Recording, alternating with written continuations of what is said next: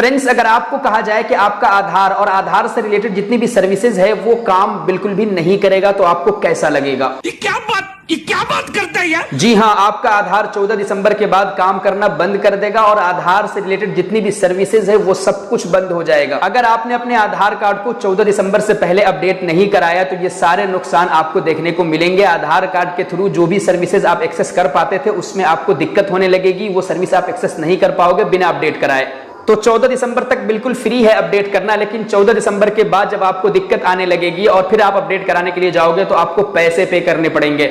जैसे कुछ दिन पहले आधार और पैन कार्ड को एक साथ लिंक करना बिल्कुल फ्री था, लेकिन अब जो लोग जाते हैं लिंक कराने के लिए तो उसका चालान कटता है 1100 रुपए या 1000 रुपए उसको पे करने पड़ते हैं। उसी तरीके से 14 दिसंबर तक अपने आधार कार्ड को अपडेट करना बिल्कुल फ्री है, लेकिन 14 दिसंबर के बाद जब आपको नुकसान होने लगेगा, सर्विस आप एक्सेस नहीं कर पाओगे, अपने आधार को अपडेट नहीं किए रहोगे, तो जैसे ही अपडेट करने के लिए जाओगे आपको पैसा पे करना पड़ेगा। तो आधार कार्ड को अपडेट करना खास करके उनके लिए जरूरी है जिन्होंने अपने आधार कार्ड को 10 साल पहले बनाया। बाकी बहुत सारे लोगों का तो यूं ही अपडेट हो जाता है, जब उसके डेट ऑफ बर्थ में या नेम में किसी तरह की कोई गड़बड़ी होती है, जब उसको सुधारते हैं तो उसका आधार कार्ड जो है अपडेट हो जाता है। लेकिन जिनके नाम में या डेट ऑफ बर्थ में किसी तरह का कोई करेक्शन नहीं कराना था, सब कुछ सही था पहले से और 10 साल हो गए उनके आधार बनवाए हुए, तो खास करके ऐसे लोगों के लिए जरूरी है कि वो अपने आधार को अपडेट कराए, वरना 14 दिसंबर के बाद आपको दिक्कत का सामना करना पड़ सकता है। तो अब आप अपने आधार कार्ड को अपडेट कर लीजिए, क्योंकि अब आपके पास आइडेंटिटी प्रूफ भी आ गया होगा आधार कार्ड के अलावा, और एड्रेस प्रूफ भी आ गया होगा। आइडेंटिटी प्रूफ में आप voter ID card, PAN card, ration card दे सकते हो। इसी तरीके से एड्रेस प्रूफ में बहुत सारे डॉक्यूमेंट आप दे सकते हो, जैसे ration card, voter ID card, bank passbook, credit card bill या बिजली बिल, कुछ भी आपके पास एड्रेस प्रूफ के लिए है वो आप दे सकते हो। फिर आपका आधार अपडेट हो जाएगा और 14 दिसंबर के बाद किसी तरह की कोई दिक्कत आपको नहीं आएगी।